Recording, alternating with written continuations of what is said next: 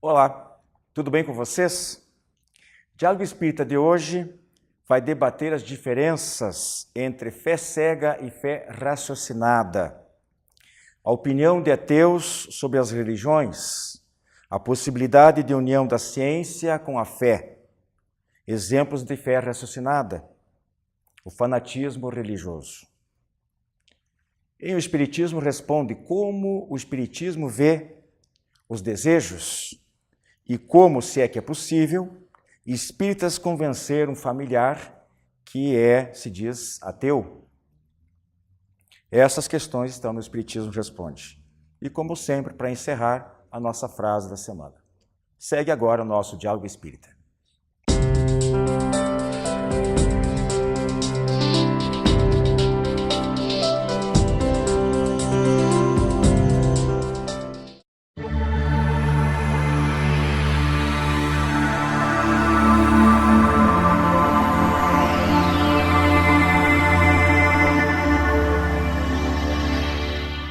Prezados amigos, nós vamos falar hoje sobre as diferenças entre fé cega e fé raciocinada, que a gente se refere tanto dentro da doutrina espírita, a importância de nós termos esse tipo de visão um pouquinho mais ampla a respeito das interpretações dos textos sagrados, ou considerados sagrados, dentro do estudo da doutrina espírita, de usar da lógica e por aí afora.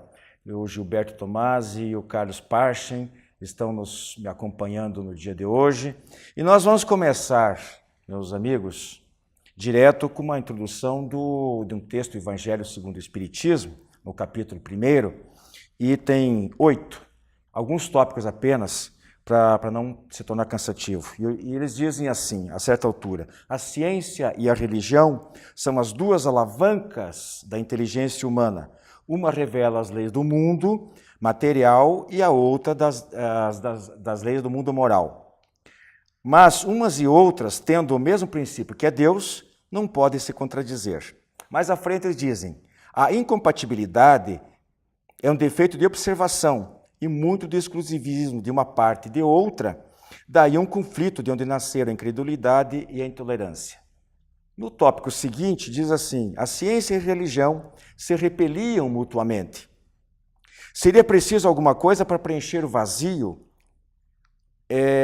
que as separava, o traço de união que as aproximasse. Esse traço está no conhecimento das leis que regem o mundo espiritual e suas relações com o mundo corporal. E, finalmente, a fé se dirigiu à razão, e a razão, não tendo encontrado nada de ilógico na fé, o materialismo foi vencido. Mas nisso, como todas as coisas, há pessoas que permanecem para trás, até que sejam arrastadas pelo movimento geral, que as esmagará se quiserem resistir-lhe. Gilberto e Parchen, o que dá para tirar aí em relação a essas palavras dos instrutores espirituais no Evangelho segundo o Espiritismo? Wilson, Parchen, prezados amigos. De se falar sobre fé e religião, sobre fé racional ou irracional, é algo assim bastante complexo, né? E não que religião e ciência, né, Wilson, Parche, sejam inimigas, mas todas as vezes que ambas tratam das mesmas coisas, né, os conflitos são inevitáveis. E o criacionismo, que talvez a gente vá ver mais à frente, é um exemplo disso, né? Mas a fé e a religião, né, ou a fé e a razão, já que a ciência se baseia na razão, constitui o que pode ser chamado, isso são palavras de João Paulo II, em uma de suas encíclicas, né?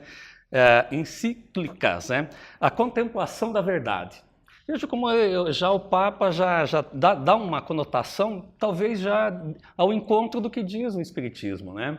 Então, é uma verdade, a questão da verdade é uma coisa fundamental na vida, na história da humanidade. Então, fé e razão, fé e religião, ciência e religião, mesmo que em determinado momento haja alguma contestação de uma das partes, não podem andar separados. Né? Eu só queria, antes de passar para o Parche, já que você tocou no João Paulo II, eu tenho uma outra frase aqui, que no pronunciamento de 2003, ele disse o seguinte: na verdade, um documento do Vaticano, provavelmente, no minimamente endossado pelo Papa de então, que era João Paulo II. E ele disse que a fé e a razão constituem como que as duas asas para as quais o espírito humano se eleva para a contemplação da verdade. Veja a coincidência, né, Parchin?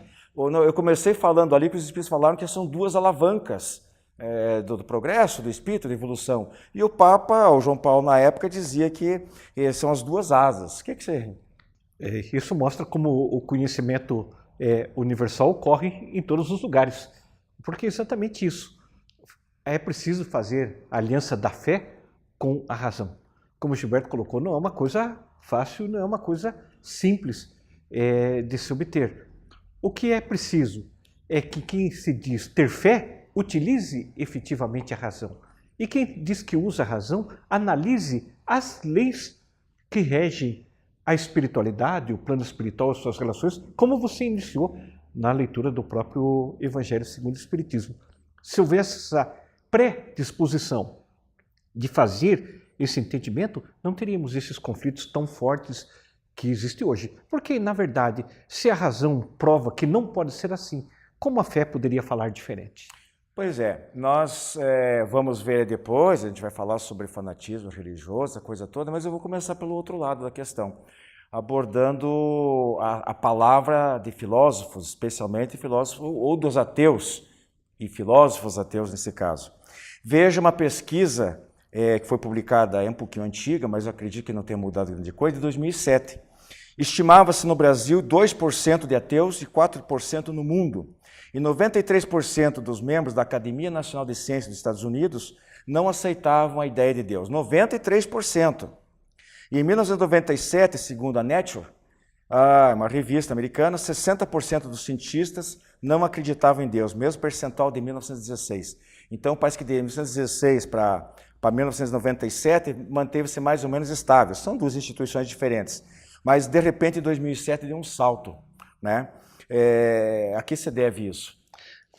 Eu entendo que não tem como. Você falou dos ateus que acreditam puramente, então, na ciência, vamos dizer assim.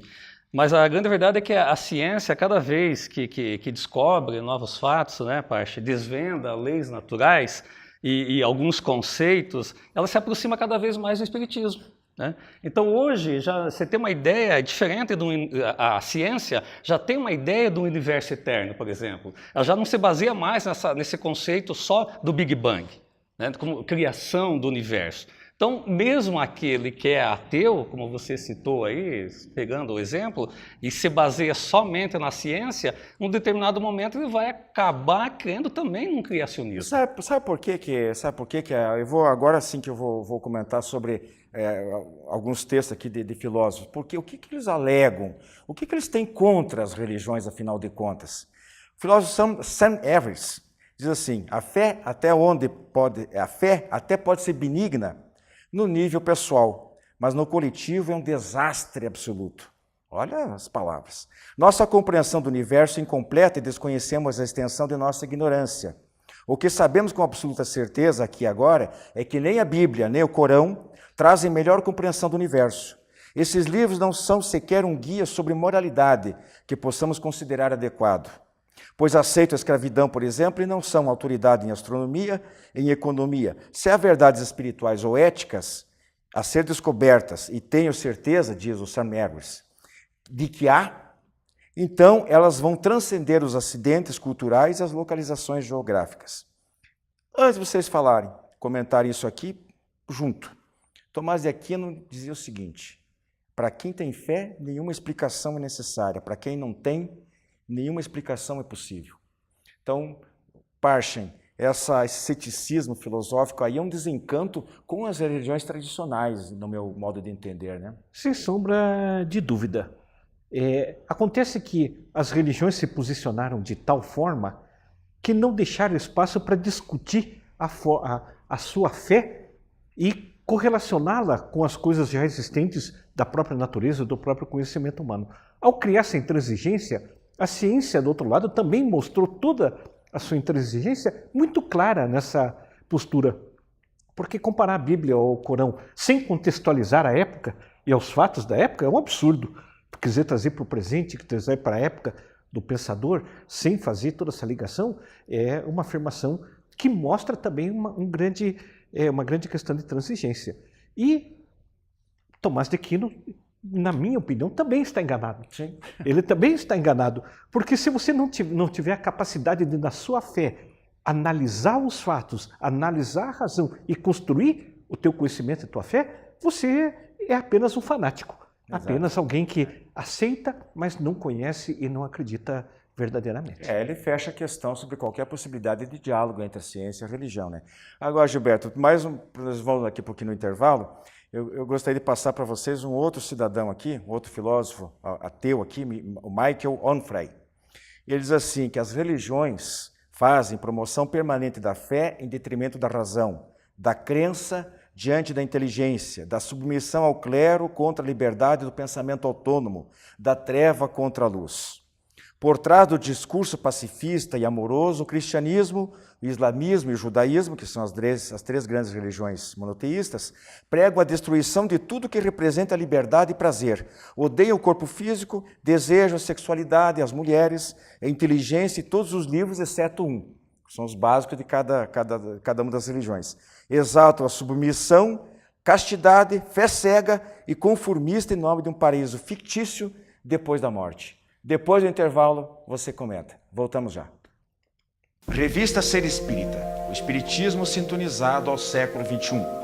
Os princípios fundamentais da doutrina espírita sob a ótica da filosofia, ciência e religião.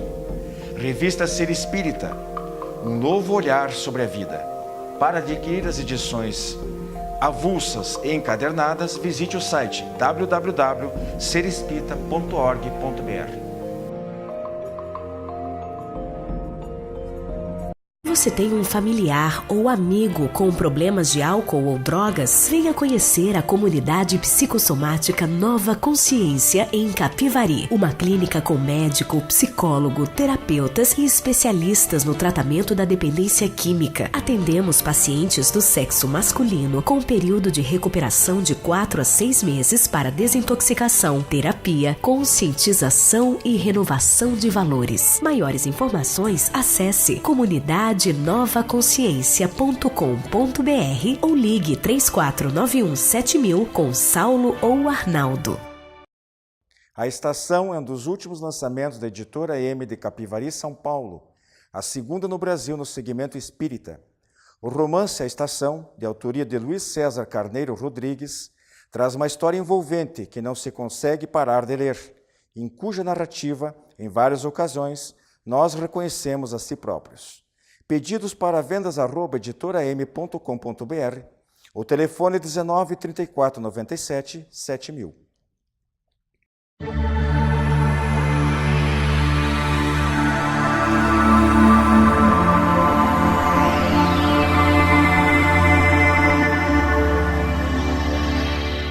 Então, meus irmãos, nós estamos de volta com o nosso tema livre de hoje, abordando o tema fé cega e fé raciocinada. Gilberto, antes do intervalo eu puxei algumas expressões, algumas frases do filósofo Michael Onfray, né? E essa situação aí de, como é que você vê de dizer que as religiões praticamente castram todas as certas iniciativas, liberdades de pensamento, de ação dos seres humanos?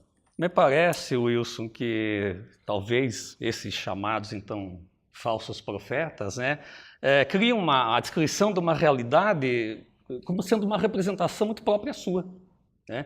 Querem transmitir algo aos seus fiéis que eu imagino que talvez eles não professem. Essa liberdade toda que eles tolhem naqueles que os seguem, talvez não façam parte do seu dia a dia. Mas você acha que o filósofo tem razão, então? Sim, com certeza. Tem razão, que é uma realidade. É uma realidade isso, é uma realidade. Por isso que eu citei, talvez sejam esses os falsos profetas, né? Aquela história do faça o que eu digo, mas não faça o que eu faço, né? Já comentamos isso em programas anteriores, né? Então, uma ideia de um universo muito próprio seu, né? Que não é o daqueles que estão lá na sua igreja, na sua religião, na sua filosofia.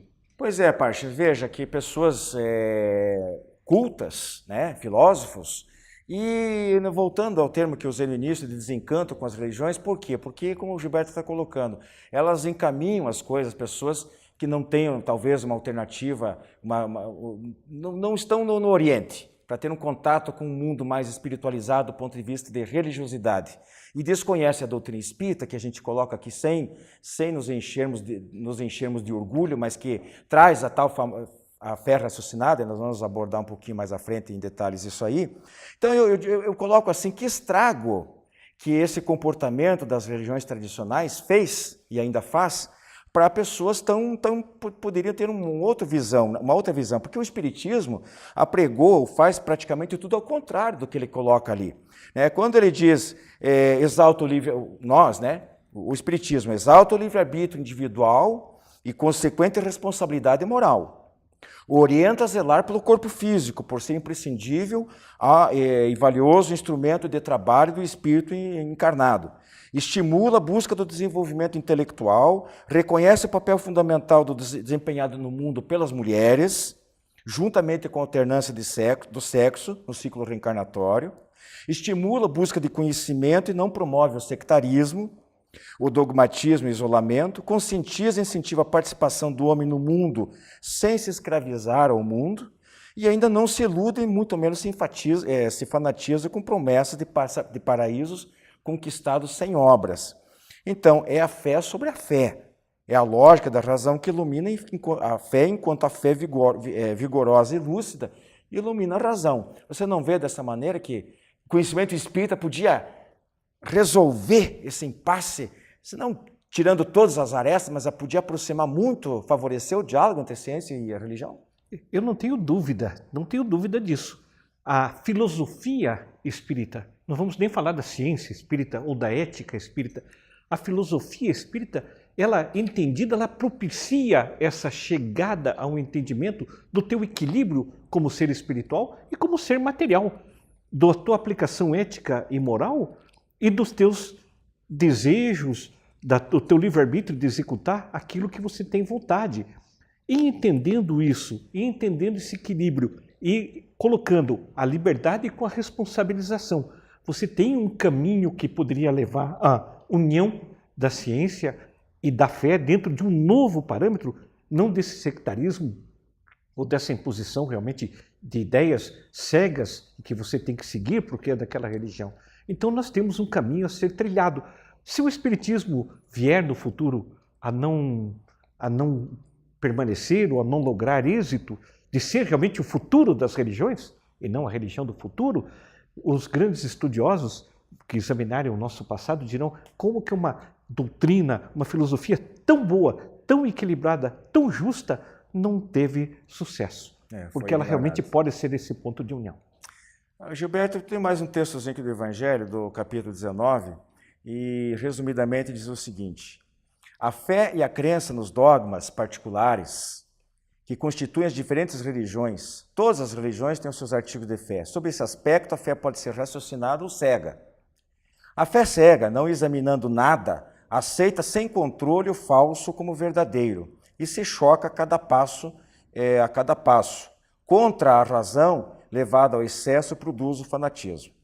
Depois, mais abaixo, diz: a fé não se prescreve, a fé não se impõe, mas se adquire.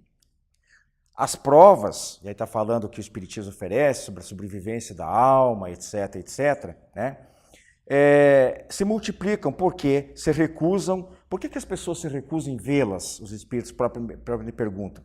Nuns é negligência, em outros é medo de se verem forçados a mudar seus hábitos, e na maioria é orgulho da recusa, de reconhecer essa potência superior. E mais à frente ele diz assim: para crer não basta ver, é preciso, sobretudo, compreender. A fé cega, o dogma da fé cega, que faz hoje o maior número de incrédulos, nós estamos falando de filósofos, de pessoas de um grande conhecimento, se faz porque se quer impor e exige abdicação do raciocínio e do livre-arbítrio. A fé raciocinada, que se apoia sobre os fatos e a lógica, não deixa atrás de si nenhuma obscuridade. Crê-se porque se está certo, e não se está certo senão quando se compreendeu. Eis porque daí vem aquela famosa máxima a respeito da fé. A fé inabalável somente aquela que pode encarar a razão em qualquer época da humanidade. Gilberto, em relação eu perguntaria para você o seguinte: as teorias do criacionismo e evolucionismo, elas representam esse embate aí de religião e ciência? Olha, eu diria que sim. muito embora, como nós acabamos de comentar há pouco, talvez não seja nem em termos de colocar como embate, é uma situação de concordância, né? Porque vejamos os dois lados, pela fé racional, então, que é cognitiva e intelectual, e a fé irracional, que é mais instintiva. Então, essa aqui é uma questão muito própria minha agora, tá? Não sei se vocês concordam. Eu, como espírita, lógico, nós somos criacionistas, mas nós não podemos deixar o evolucionismo de lado, porque Deus nos criou iguais. Então, o processo de evolução está aí. Então, é a evolução. Talvez não naquele mesmo sentido que foi dado por Darwin, mas eu penso que sim. O criacionismo e o evolucionismo, talvez seja aí a fé e a religião e a ciência, não podem de forma alguma andar separadas. Porque o criacionismo é a crença segundo a qual é tudo criado por Deus. Por Deus, exatamente. E o evolucionismo, como você falou, vem aí seguindo as pegadas do Charles Darwin. Ô Parchin, aproveitando, e o design inteligente aí, seria um meio termo aí para juntar? Não. Não? Não, o design inteligente é apenas os criacionistas derrotados pela legislação americana na maior parte dos estados, que proibiu o ensino do criacionismo como disciplina, precisaram criar algo que não ferisse a Constituição e não ferisse as leis, e deram uma nova roupagem ao criacionismo, apenas lhe dando esse nome de design inteligente. Mas a estrutura e os filósofos que apoiam essa estrutura são exatamente os mesmos criacionistas de uma década, ou de 2 ou de 3 décadas atrás, ou do século passado. Ela apenas dá uma nova roupagem, tentando dizer que não, ocorreu uma evolução no tempo, mas ela foi absolutamente planejada. A natureza não tinha tanto livre-arbítrio assim para criar, existiam normativas muito rígidas, quando nós sabemos que também não é dessa maneira que as coisas ocorrem. Então, o design inteligente, ele apenas é o criacionismo disfarçado com uma nova roupagem. Nós citamos isso de passagem, de repente, em um outro momento, a gente que mereceria aí alguns comentários a mais aí que o Parchin trouxe, lançou luz ali nessa situação. Gostei dessa sua colocação aí. Bom, agora a gente já está quase chegando, temos aí pouco mais de 1 minuto para o encerramento do nosso tema livre. Eu queria rapidamente citar aqui o seguinte: exemplos de fé raciocinada. Em 2003, mais de 850 estudos sobre a relação de religiosidade e saúde mental, e a maioria indicava melhores índices nas pessoas que são religiosas. Outros 350 estudos comprovaram que pessoas com religiosidade são mais saudáveis fisicamente. Isso é uma prova daquilo que nós falamos, da cura no centro espírita, do poder do passe, da água frutificada. Quando nós falamos isso, existe um fundamento, não foi feito por nós, por cientistas, por pesquisadores. Mas quando os espíritos falaram isso lá atrás para Kardec, eles sabiam do que estavam falando.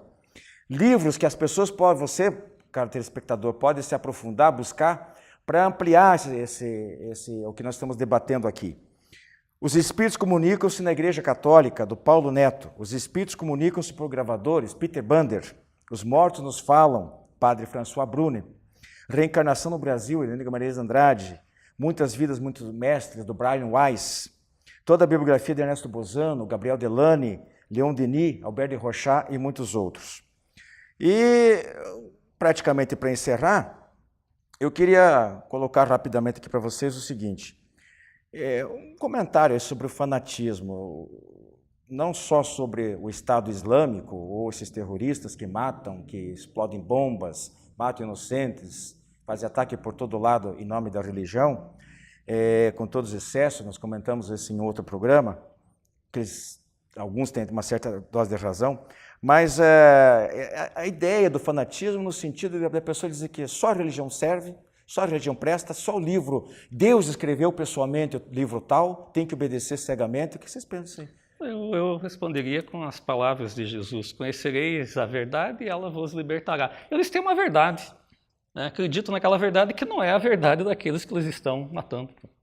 É isso, Parchin. É verdade. Se nós passarmos a buscar o conhecimento fatalmente nos libertará. Por isso que o fanatismo é sempre fruto da ignorância, e mesmo da ignorância da academia, que não abre o seu coração e não abre a sua mente. E quem tem fé precisaria abrir também seu coração para o conhecimento das leis naturais. Isso nos trará libertação. Só que eu acho que o problema, só para fechar, do cientista é um pouco diferente desse que nós estamos falando, porque esse é o fanático, aquele é por orgulho, né? Por orgulho, mas incredulidade pelas razões que nós já vimos aí, de desencanto com as religiões tradicionais.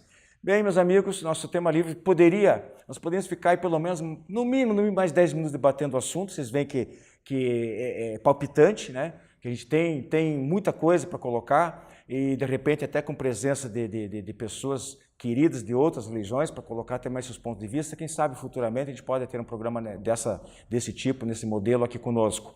Mas nós não estamos aqui criticando A ou B, é de uma maneira geral de ver. Também não estamos dizendo que estamos isentos a qualquer falha, nem nós, nem a própria doutrina espírita, porque ela também progride, ela evolui com o tempo.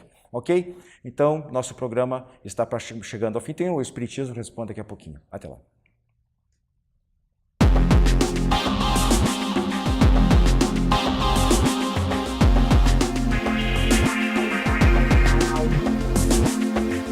Olá, amigos. Vamos aqui, como de costume, em todo o programa, responder a 2 perguntas que nos foram enviadas.